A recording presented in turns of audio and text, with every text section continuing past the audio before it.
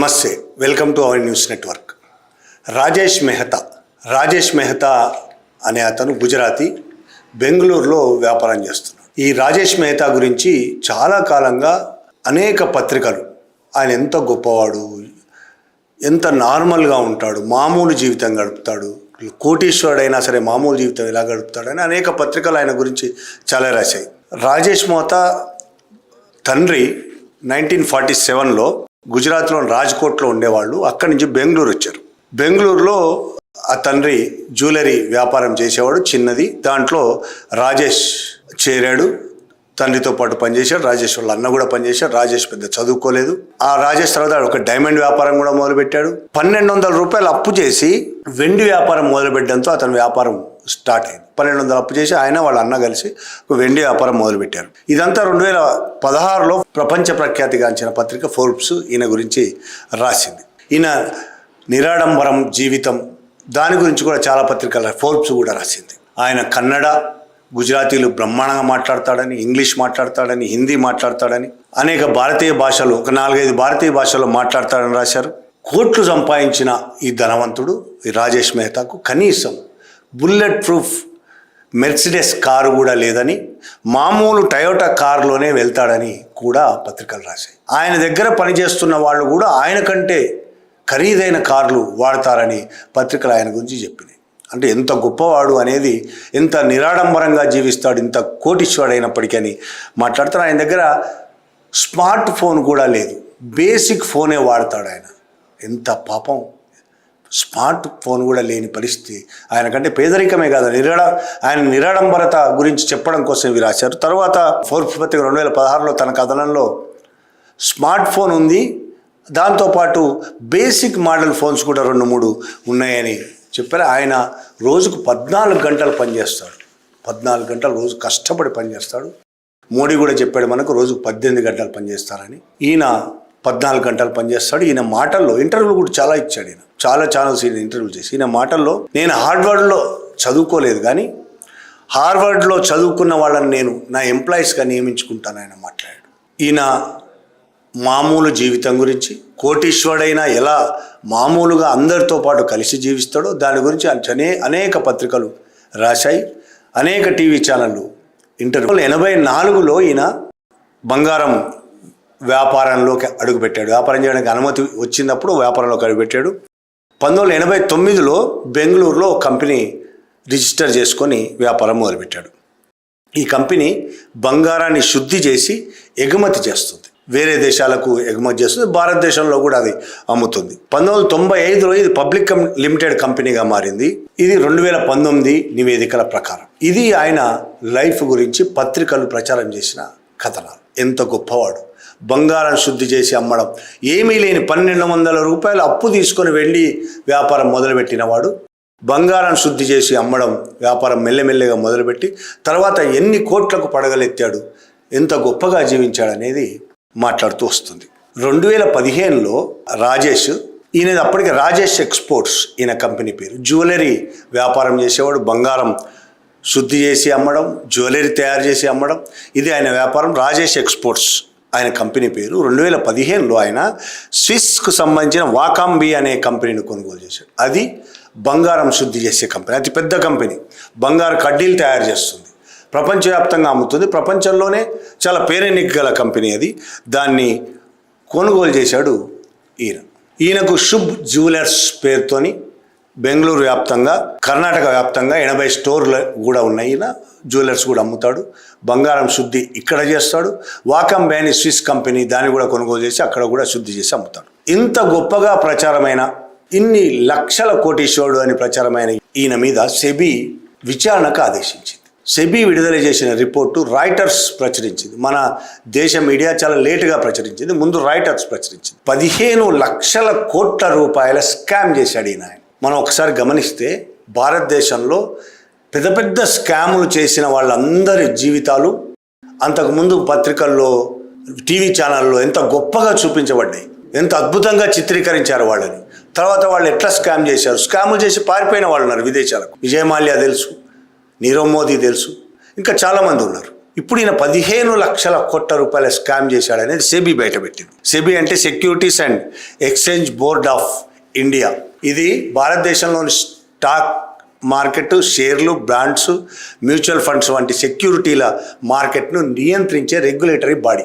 ఇది 5 సంవత్సరాల ఈ రాజేష్ ఎక్స్పోర్ట్స్కు సంబంధించిన 5 సంవత్సరాల రికార్డ్స్ను పరిశీలించి ఇది స్కామ్ చేసిందని బయటపెట్టింది. 2021 నుంచి 2025 మధ్యకాలంలో కంపెనీ చూపించిన మొత్తం ఆదాయము 15,18,000 కోట్లు. అది చూపించింది. అందులో 15,15,000 కోట్లు బోగస్ అని సెబీ తేల్చింది. చూపించిన మొత్తం ఆదాయం 15,18,000 అయితే ఒక 3,000 కోట్లు మాత్రమే నిజం, మిగతాదంతా బోగస్ అని సెబీ తేల్చింది. సెబీ జూన్ 3వ తేదీన అంటే మొన్ననే ఈ రాజేష్ ఎక్స్పోర్ట్స్ దాని ప్రమోటర్ చైర్మన్ రాజేష్ మెహతా మీద సెక్యూరిటీల మార్కెట్లోకి ప్రవేశించకుండా నిషేధం విధించింది. షేర్ మార్కెట్లో కూడా దానికి ఇప్పుడు వాల్యూ లేకుండా అయిపోయింది ప్రస్తుత పరిస్థితి. 2021 నుంచి 2025 మధ్య ఈ కంపెనీ చూపించిన కన్సాలిడేటెడ్ రెవెన్యూలో మొత్తం ఆదాయంలో 97 నుంచి 99% విదేశీ అనుబంధ సంస్థల నుంచి వచ్చినట్టు చూపించింది.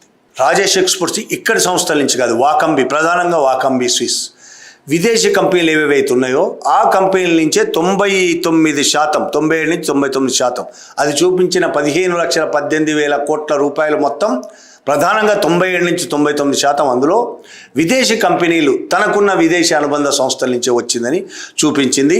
అది ఎట్లా అబద్ధమో సెబీ రుజువు చేసింది.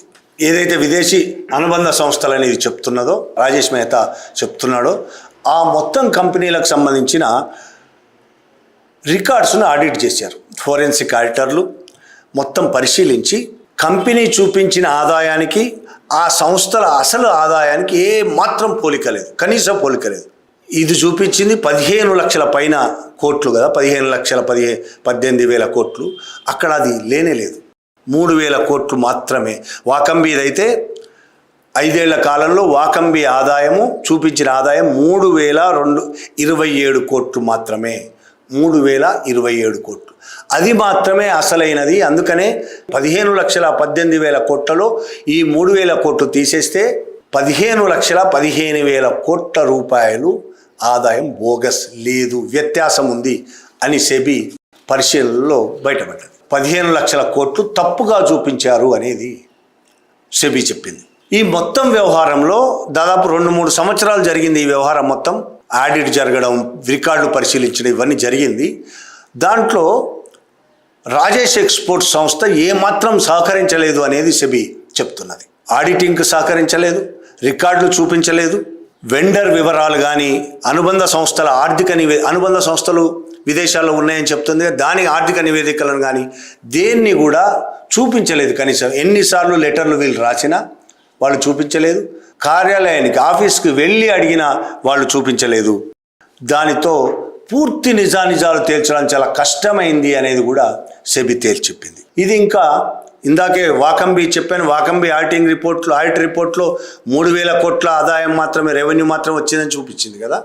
ఇప్పుడు వీళ్ళు ఇంకొకటి చెప్పారు, ఆఫ్రికన్ మైనింగ్ కంపెనీలలో 1,035 కోట్ల పెట్టుబడి పెట్టినట్టు రాజేష్ మెహతా చూపించాడు. దీనికి సంబంధించిన వాల్యుయేషన్ రిపోర్ట్లు కానీ ఆధారాలు కానీ రికార్డ్స్ కానీ ఒక్కటి కూడా లేవు, చూపించలేదు. వాళ్ళు లేవు అని చెప్పట్లేదు, కానీ చూపించట్లేదు అంటే అర్థం ఏంటి? లేవని. ఇది సెబీ చెప్పిన అంశం, మనమేదో ఆరోపిస్తున్న అంశం కాదు, సెబీ స్పష్టంగా చెప్పింది. అఫ్లుయెన్స్ షేర్స్ అండ్ స్టాక్స్ అనే సంస్థతో 11,487 కోట్ల విక్రయాలు కొనుగోలు జరిగినట్టు బుక్స్లో చూపించారు.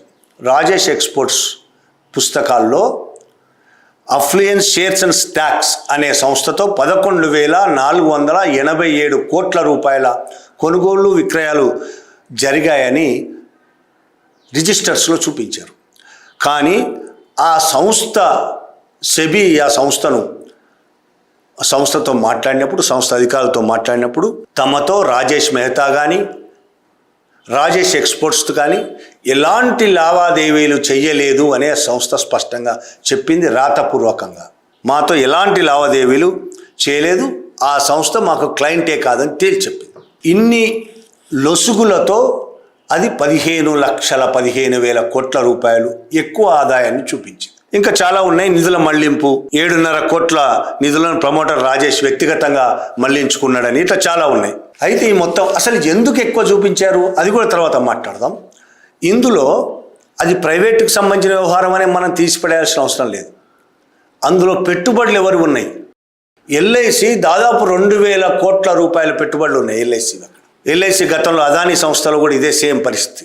ఎల్ఐసి పెట్టుబడులు రాజకీయ పరమైన ఒత్తిళ్లతో ఎల్ఐసి చాలా చోట్ల పెట్టుబడులు పెట్టింది. ఎల్ఐసి ఇందులో కూడా 15,18,000 ఆదాయం చూపించింది కదా, అది అందులో 10.8% ఎల్ఐసి పెట్టుబడులు ఉన్నాయి. అక్కడ డబ్బు లేదు. 15,18,000 కోట్ల రూపాయలు వాళ్ళు చూపిస్తున్న ఆదాయం ఏమీ లేదు అక్కడ. కానీ 2,000 కోట్ల పైన పెట్టుబడి ఎల్ఐసిది ఉంది అందులో. అంటే ఇది మొత్తం లాసే. ఎల్ఐసి పెట్టిన పెట్టుబడి మొత్తం అక్కడ ఏం ఆదాయం లేదు, చూపిస్తున్నంత ఆదాయం లేదు. దీనివల్ల ఎల్ఐసిలో ఇన్వెస్ట్ చేసిన ఇన్వెస్టర్ల సంపద 12,726 కోట్ల మేర ఆవిరైపోయి ఉంటుంది అనేది ఒక అంచనా. ఈ అక్రమాల వల్ల ఒక్క ఎల్ఐసియే కాదు, కెనరా బ్యాంకు కూడా ఉంది ఇందులో. కెనరా బ్యాంకు దీనికి 509 కోట్ల రూపాయల రుణాన్ని ఇచ్చింది. ఇప్పుడు అది మొండి బకాయి కింద ప్రకటించేసింది. ఇక రాదు. మొండి బకాయి కింద ప్రకటించి రికవరీ చేయడానికి వేలం ప్రక్రియలు మొదలుపెట్టింది. అది ఇంత వేలం ప్రక్రియలు ఏం జరుగుతాయో మనం భారతదేశంలో మనం చూస్తూనే ఉన్నాం. మొండి బకాయిలు లాగానే ఉంటాయి, అవి రావు. అటు కెనరా బ్యాంకు ఇటు ఎల్ఐసి కూడా ప్రజల సొమ్ము. ఇది Canara bank government bank, LIC ప్రభుత్వ బ్యాంక్. ఈ మొత్తం ప్రజల సొమ్మును రాజేష్ ఎక్స్పోర్ట్ సంస్థ తినేసింది. ఈ 15,000 కోట్ల మేర స్కామ్ జరిగిందని బయటపడ్డ వెంటనే షేర్ మార్కెట్లో రాజేష్ ఎక్స్పోర్ట్స్ షేర్స్ మొత్తం ఢమాలైపోయినాయి. దాదాపు 80-90% దిగజారిపోయినాయి. అందులో పెట్టుబడులు పెట్టిన వాళ్ళందరూ రోడ్డు మీదకి వచ్చే పరిస్థితి. అందరూ. సెబీ 5 ఏళ్ల రికార్డుల ప్రకారమే వాళ్ళ ఈ రిపోర్ట్ ఇస్తుంది. కానీ ఎన్నేళ్లుగా రాజేష్ మెహతా ఈ పని చేస్తున్నాడు? ఎంతకాలంగా ఇలా ఇన్వెస్టర్లను మోసం చేస్తున్నాడు, ప్రజలను మోసం చేస్తున్నాడు, ప్రభుత్వ వర్గాలను మోసం చేస్తున్నాడు, సెబీ లాంటి వాళ్ళని మోసం చేస్తున్నాడు అనేది తెలుసుకోవాల్సే ఉన్నది. ఇంకా దీని మీద ఇది సెబీ ఇచ్చిన మొదటి రిపోర్ట్, ప్రాథమిక రిపోర్ట్. దీని మీద రాజేష్ ఏమంటాడు? ఇదంతా అబద్ధం. టీవీ ఛానల్లో నిన్నంతా మూతమోగిపోయింది రాజేష్ ఇంటర్వ్యూలతో. ఇదంతా అబద్ధం, ఇది మిస్కమ్యూనికేషన్ వల్ల జరిగింది, సెబీ వాళ్ళు తప్పుగా అర్థం చేసుకోవడం వల్ల జరిగింది, సెబీ వాళ్ళు సరైన పత్రాలు పరిశీలించకపోవడం వల్ల జరిగింది, నేనేమి తప్పు చేయలేదు, ఎక్కడ తప్పు జరగలేదు. అంటే 15,18,000 కోట్లు నిజమే, ఆదాయం నిజం అని ఈయన చెప్తున్నాడు. దాదాపు 2 ఏళ్ల పాటు 3 ఏళ్ల పాటు పరిశీలించిన సెబీ రిపోర్ట్ ఇచ్చింది. సెబీ పరిశీలించినప్పుడు మీరు సహకరించలేదు అని సెబీ స్పష్టంగా చెప్తున్నది. రికార్డులు చూపించలేదు అని చెప్తున్నది. ఆడిటింగ్ చేసిన విదేశీ కంపెనీలకు సంబంధించిన రికార్డులు కూడా చూసింది. ఇన్ని చూసి ప్రాథమిక రిపోర్టే కావచ్చు. ఈ రిపోర్ట్ను రాయిటర్స్ సంస్థ బయటపెట్టింది. ఇది రాయిటర్స్ సంస్థ బయటపెట్టిన తర్వాత మన దేశ మీడియా కూడా ప్రచురిస్తూ ఉన్నది. ఇప్పుడు ఈయన టీవీ ఛానల్లో కూర్చొని నా తప్పేమీ లేదు, ఇట్లా చాలామంది ఇదే మాట్లాడారు. విజయ్ మాల్యా కూడా సేమ్ ఇప్పటికి ఇదే మాట్లాడు, నా తప్పేమీ లేదు. ఆదాయం ఎక్కువ చూపించడము, ₹1 2 15,15,000 ఆదాయం ఎక్కువ చూపించాడు. మొత్తం చూపించింది 15,18,000 కోట్లు అయితే 15,15,000 కోట్ల రూపాయలు అతి ఎక్కువ చూపించాడు అనేది సెబీ చెప్తున్నది. ఎందుకు ఎక్కువ చూపించాడు? ఎక్కువ చూపించడం వల్ల లాభం ఏంటి? అలా 3,000 కోట్లు మాత్రమే ఆదాయం ఉన్న ఆ కంపెనీ 15 లక్షల కోట్ల రూపాయల ఆదాయం చూపించడం వల్ల షేర్ మార్కెట్లో దాని వాల్యూ చాలా హై లెవెల్కి వెళ్ళిపోయింది. చాలా పెద్ద కంపెనీలు, ఎల్ఐసి లాంటి కంపెనీస్ కూడా అందులో పెట్టుబడులు పెట్టాయి. కెనరా బ్యాంకు చాలా ఈజీగా అప్పులు ఇచ్చింది. అనేక బ్యాంకులు కూడా అప్పులు ఇచ్చి ఉంటాయి. చాలా విదేశీ కంపెనీలు కూడా ఇందులో పెట్టుబడులు పెట్టాయి. ఆ విధంగా షేర్ మార్కెట్లో వేల లక్షల కోట్లు సంపాదించగలిగి ఉంటాడు, 1000 కోట్లైనా సంపాదించి ఉంటాడు. దానికోసం ఈ అక్రమాలు జరిగాయి. లేని ఆదాయాన్ని చూపించి లక్షల కోట్లు సంపాదించడం కోసం ఈ స్కామ్ జరిగింది అనేది ఇక్కడ అసలు విషయం. ఇంకొక ముఖ్యమైన విషయం ఏంటంటే, మళ్ళీ మొదటే చెప్పాను, ఇతని గుజరాత్. ఇతను బెంగళూరులో వ్యాపారం చేయొచ్చు, కానీ ఇతను గుజరాత్ బుర్ర అవుతుంది. ఇప్పటి వరకు దేశం వదిలి పారిపోయిన వేల లక్షల కోట్ల రూపాయలు స్కాములు చేసి దేశం వదిలి పారిపోయిన వాళ్ళు మన కళ్ళ ముందు చాలామంది ఉన్నారు కదా. హ్యాపీగా బతుకుతున్నారు అక్కడ, ఆ డబ్బులతో ఎంజాయ్ చేస్తున్నారు. రేపు అదే లిస్టులో రాజేష్ మెహతా రాడనే నమ్మకం ఏమైనా ఉందా? రాజేష్ మెహతా ఈరోజు విదేశాలు పారిపోతే అడిగేవాడు ఎవరైనా ఉన్నారా? లేదంటే ఇంకొక అనుమానం కూడా ఉన్నది. ఈ మధ్యకాలంలో చాలా జరుగుతున్న వ్యవహారాలను చూస్తే చాలామంది నిపుణులు, భారతదేశ ఆర్థిక వ్యవహారాలను పరిశీలిస్తున్న చాలామంది నిపుణులు మాట్లాడుతున్న మాట ఏంటంటే, మొన్నటికి మొన్న తమిళనాడులో ఒక థర్మల్ విద్యుత్ కంపెనీని ఈడీ దాడులు చేసి, సిబిఐ దాడులు చేసి, కంపెనీ యజమానిని అరెస్టు చేసి 33 నెలల పాటు జైల్లో పెట్టి బెయిల్ కూడా రాకుండా ఆ కంపెనీని అదానీ ఎలా స్వాధీనం చేసుకున్నాడో మొన్న ఒక వీడియోలో చెప్పాను, చూశాను. అట్లా భారతదేశంలో అనేక కంపెనీలు, పోర్టులు ఏ విధంగా అదానీ స్వాధీనం చేసుకున్నాడో చూసాం. అదే దారిలో రాజేష్ ఎక్స్పోర్ట్ కూడా అదే దారిలో పోబోతుందా? ఇప్పుడు సెబీ రిపోర్ట్ ఇచ్చింది, రేపు ఈడీ దాడి జరగవచ్చు, కేసులు అవ్వచ్చు. లేదు మోడీ మద్దతు ఉంటే ఆ కేసులు ఉపసంహరించవచ్చు. మద్దతు లేకపోతే అదానీ కోసమే అయితే, అదానీ రంగంలోకి రావాలని కోరిక ఉన్నది అదానీకు అనేది ఒక వార్త ఈ 4-5 రోజులుగా వస్తున్నది. ఆయన జ్యువెలరీ రంగంలోకి, బంగారం శుద్ధి చేసి కడ్డీలు తయారు చేసి జ్యువెలరీ తయారు చేసే రంగంలోకి రావాలని అదానీ ఆశపడుతున్నాడు అనే వార్తలు కూడా వస్తున్నాయి. ఈ నేపథ్యంలో ఇది జరిగింది. అనేక ఏళ్లుగా ఈ ఒక్కరోజు జరిగిన స్కామ్ కాదు, అనేక ఏళ్లుగా జరుగుతూనే ఉంటుంది ఈ విధంగా.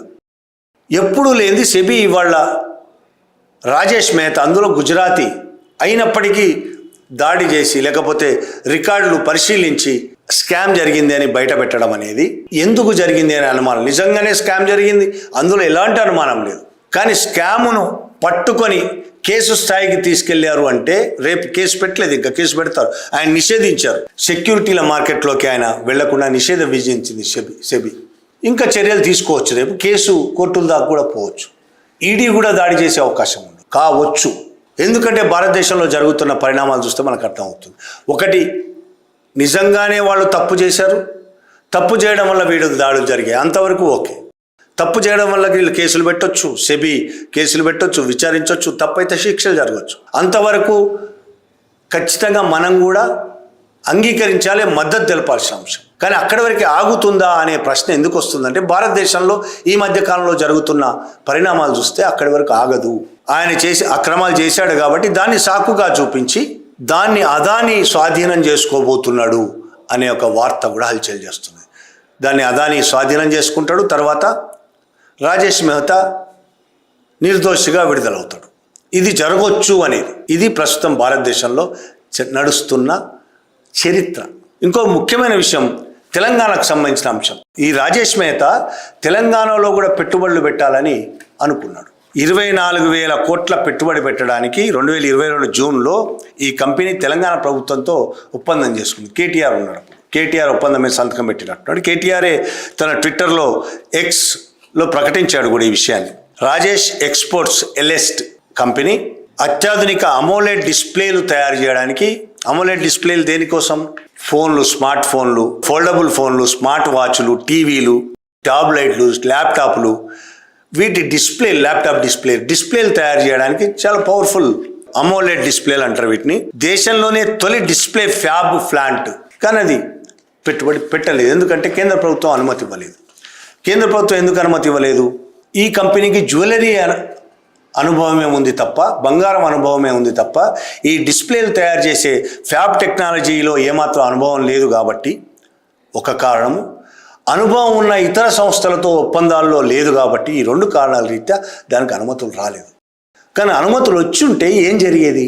24,000 కోట్ల రూపాయల పెట్టుబడి ఉంది కదా, ఒక్క పైసా పెట్టకుండా ఇక్కడ ఆయన సంస్థ స్థాపించాలనే ప్లాన్తోనే అక్కడ దిగాడు. ఎందుకంటే ఈ ఫ్యాబ్ టెక్నాలజీకి సంబంధించి కేంద్ర ప్రభుత్వము 50% ఆర్థిక ప్రోత్సాహం మంజూరు చేస్తుంది. 50% అంటే 24,000 కోట్లలో 12,000 కోట్ల రూపాయలు దాదాపు కేంద్ర ప్రభుత్వం ఇస్తున్నది. ఒకేసారి ఇవ్వకపోవచ్చు, విడతలుగా ఇస్తుంది. రాష్ట్ర ప్రభుత్వము 30% మేర సబ్సిడీ ఇస్తుంది. అంటే 50 + 30 80%. ఆయన పెట్టాల్సిన పెట్టుబడి ఎంత? మిగతాది ఒక 5,000 కోట్లు పెట్టాల్సిన పెట్టుబడి ఉంటుంది. ఆ 5,000 కోట్లు మిగతాది మొత్తం దాదాపు భూమి ఫ్రీగా ఇస్తుంది గవర్నమెంట్, మిగతా ఏర్పాట్లన్నీ గవర్నమెంట్ చేయిస్తుంది.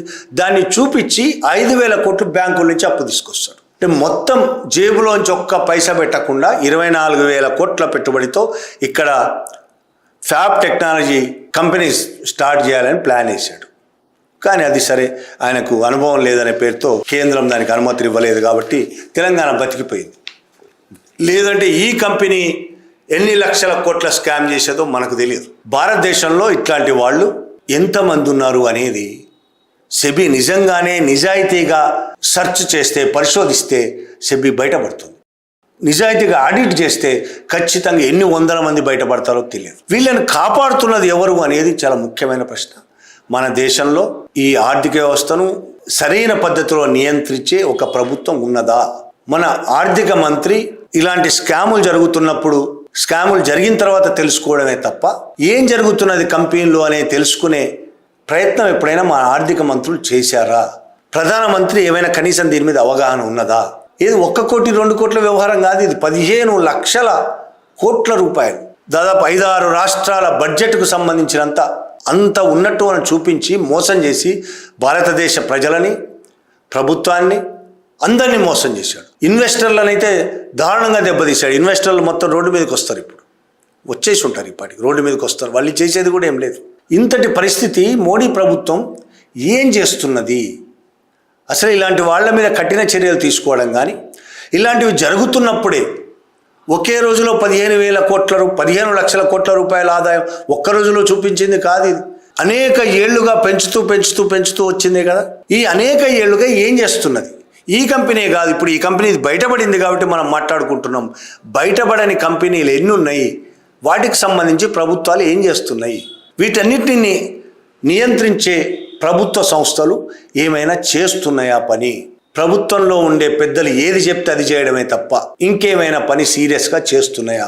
ప్రజలకు ఉపయోగపడే పని. కంపెనీలు ఇలాంటి స్కాములు చేస్తున్న కంపెనీలను బయటపెట్టి వాటిని నిషేధించే పనులు ఏమైనా చేస్తున్నాయా? అలా చేయటం లేదు కాబట్టే దేశ ఆర్థిక వ్యవస్థ కట్టుదప్పిపోయింది. కాబట్టే ఒకవైపు సంక్షోభంలో కూరుకుపోతుంది, ఒకవైపు లక్షల కోట్ల స్కాములు బయటపడుతున్న పరిస్థితుల్లో నిజంగానే రాహుల్ గాంధీ చెప్పినట్టు భారతదేశం తీవ్రమైన ఆర్థిక సంక్షోభంలో కూరుకోబోతుందని ఆయన మాట్లాడాడు. చాలామంది ఆర్థిక నిపుణులు కూడా అదే మాట చెప్తున్నారు. ఆ పరిణామాల నేపథ్యంలోనే ఇట్లాంటి స్కాములన్నీ కూడా బయటపడుతున్నాయని అనుమానాలు వస్తున్నాయి. Thank you very much.